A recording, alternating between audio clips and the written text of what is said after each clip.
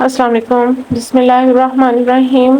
غزوہ خندق یا غزوہ احزاب اسلام کی اہم جنگوں میں سے ایک ہے جو 5 ہجری میں پیش آئی۔ اس کا نام خندق اس لیے رکھا گیا کیونکہ مسلمانوں نے مدینہ کے گرد ایک خندق کھود کر دفاعی حکمت عملی اپنائی تھی۔ اس جنگ میں مختلف قبائل جنہیں احزاب کہا گیا ہے، احزاب کا مطلب ہے گروہ یا جماعتیں، نے مل کر مسلمانوں کے خلاف سازش کی اور مدینہ پر حملہ کرنے کی کوشش کی۔ اس جنگ کا پس منظر کیا تھا؟ یہ جنگ اس وقت ہوئی جب قریش مکہ اور یہود کے مختلف قبائل نے مسلمانوں کو ختم کرنے کے لیے مدینہ پر حملہ کرنے کا منصوبہ بنایا۔ ان قبائل میں قریش کے علاوہ یہودی قبیلہ بنی نذیر بھی شامل تھا، جنہیں مدینہ سے نکال دیا گیا تھا اور وہ مسلمانوں سے بدلہ لینا چاہتے تھے۔ قریش اور دیگر قبائل نے تقریباً 10,000 کا لشکر تیار کیا اور مدینہ پر حملہ کرنے کے لیے روانہ ہوئے۔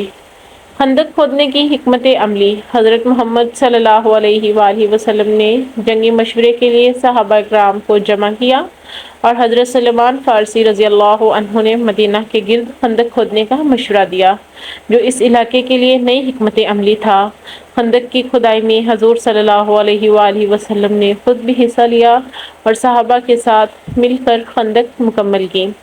اس جنگ کی صورتحال کیا رہی؟ جب دشمن کا لشکر مدینہ کے قریب پہنچا تو انہوں نے خندق کو دیکھا اور حیران رہ گئے، کیونکہ عرب میں اس طرح کی دفاعی حکمت عملی عام نہیں تھی۔ قریش اور ان کے اتحادی خندق پار کرنے کی کوشش کرتے رہے مگر ناکام رہے۔ اس دوران چند بار چھوٹے چھوٹے حملے ہوئے مگر خندق نے دشمن کے بڑے حملے کو ناکام بنا دیا۔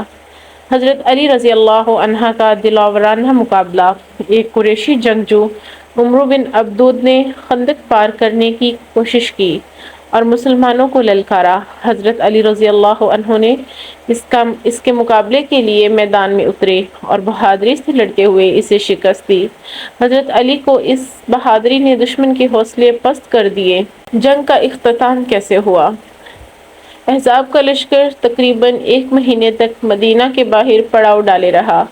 اللہ تعالیٰ نے ایک رات سخت طوفان بھیجا جس سے احزاب کے خیمے اکھڑ گئے، آگ بجھ گئی اور ان کا نظام درہم برہم ہو گیا۔ اس طوفان اور سخت موسمی حالات کے باعث دشمن کے لشکر کو واپسی پر مجبور ہونا پڑا۔ نتائج اور اہم پیغامات۔ اتحاد۔ یہ جنگ مسلمانوں کے اتحاد اور اللہ پر بھروسے کی ایک بڑی مثال ہے۔ حکمت عملی۔ خندق کھودنے کا مشورہ اور اس حکمت عملی کا استعمال ہمیں سبق دیتا ہے کہ جنگ میں منصوبہ بندی اور حکمت عملی اہم ہے۔ ثابت قدمی۔ دشمن کے بھاری لشکر اور طویل محاصرے کے باوجود مسلمانوں نے ثابت قدمی اور صبر کا مظاہرہ کیا۔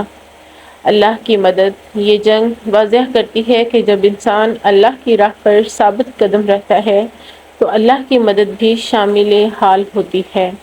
غزوہ خندق میں مسلمانوں کو فتح حاصل ہوئی، حالانکہ یہ جنگ حقیقی معنوں میں لڑائی کے بجائے محاصرے اور حکمت عملی پر مبنی تھی۔ اس جنگ کے بعد مدینہ میں مسلمانوں کا اثر و رسوخ مزید مضبوط ہو گیا اور اسلام کے خلاف قبائل کی اتحاد کی یہ آخری کوشش ثابت ہوئی۔